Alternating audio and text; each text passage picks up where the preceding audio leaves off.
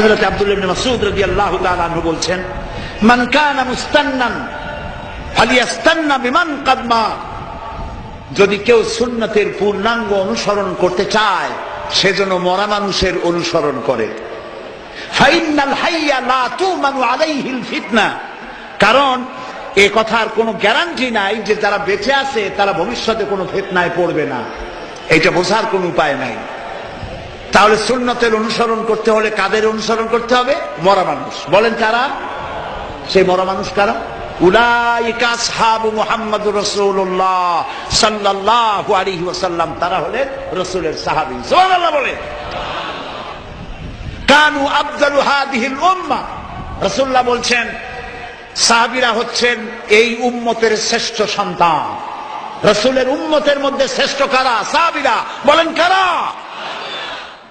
আবার রাহা কুলুবান, তাদের দিলকে আল্লাহ তাআলা পবিত্র করেছেন। ওয়া আমাকাহা ইলমান, আর তাদের ইলমের গভীরতা আল্লাহ দান করেছেন।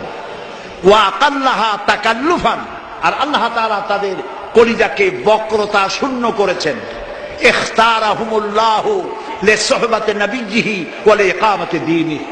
আল্লাহ তাআলা নিজেই, সাহাবীরা রাসূলের সাহাবী হইতে পারে নাই, আল্লাহ নিজেই এই লোকগুলিকে বাছাই করেছিলেন রাসূলের সাহাবী হওয়ার জন্য। জোরে বলেন সুবহানাল্লাহ। কেন বাছাই করেছিলেন? বাছাই করেছিলেন নবীর সাহাবী সাথী হয়ে সহযোগিতা করার জন্য নবীকে, আর আল্লাহর দ্বীনকে প্রতিষ্ঠা করার জন্য আল্লাহ নিজেই এদেরকে বাছাই করেছিলেন। সুবহানাল্লাহ। সেই জন্য নবী যা করেছেন, সাহাবায়ে কেরাম যা করেছেন, ওইটার অনুসরণের মধ্যেই কল্যাণ, এর বাইরে কোনো কল্যাণ নাই। আমরা কি কথা মনে করতে চাই যে শবে বরাতের মতো এত বড় সওয়াবের কাম, তারপরে মিলাদের মতো এত বড় সওয়াবের কাম, এগুলো আমরা কেন করব না?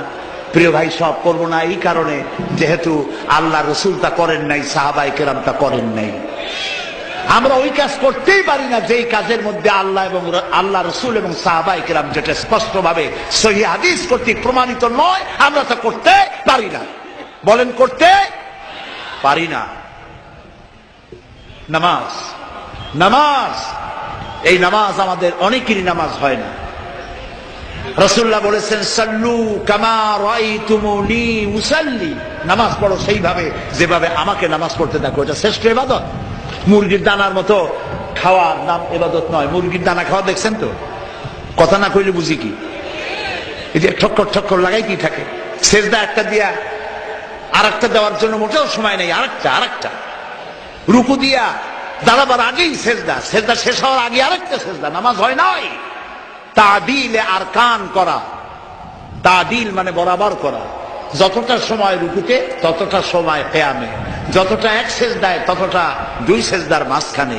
এটা করতে পারলাম না, নামাজ রসুলের মতো হইল না। আপনার নামাজ হবে না আমি তা বললাম না, আল্লাহ খুব ভালো জানেন নামাজ হবে কিনা।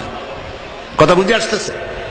এই নামাজের উপরে চট্টগ্রাম তাফসীরুল কোরআন মাহফিলে প্রায় 2 ঘন্টা নামাজের উপরে আলোচনা করেছিলাম। আলহামদুলিল্লাহ, লোকেরা প্রাণ ভরে শুনেছে। আবার যদি এখানে শোনাবার সুযোগ হয় শোনাবো। এই ব্যাপারে একটি কিতাব আছে, নাম বলবো? বর্তমান বিশ্বের শ্রেষ্ঠ হাদিস বিশারদ আল্লামা নাসিরউদ্দিন আলবানী রাহমাতুল্লাহ আলাইহি, তার লেখা সালাতুর রসুল, রসুল্লাহর নামাজ, একটি বই আছে। এই বইটি আমি পড়ার জন্য সকলকে অনুরোধ করি। সহিহ হাদিস দিয়ে বইটি লেখা। নামাজ যদি না হলো কোন ইবাদত কবুল হবে না। প্রথমে কিয়ামতে প্রথমে কি প্রশ্ন হবে বলেন সবাই? নামাজ। নামাজ কবুল, সব কবুল। নামাজ কবুল না, কোনটা কবুল না। প্রিয় ভাই সব, আল্লাহর নবী বলেছেন লা দীনা লিমান লা সালাতা লাহু, যার কাছে নামাজ নাই তার কাছে দ্বীন নাই। আল্লাহ রাসূল বলেছেন মান তারাকা সালাতান ফাকাদ কাফারা, মান তারাকা সালাতান মুতাআম্মিদান ফাকাদ কাফারা। ইচ্ছে করে নামাজ ছেড়ে দিল, কাফের হয়ে গেল। প্রিয় ভাই সব, নবীজি তার ইন্তেকালের মাত্র 5 দিন আগে চরমভাবে অসুস্থ হয়ে পড়লেন, জ্বরে আক্রান্ত হলেন, মাথায়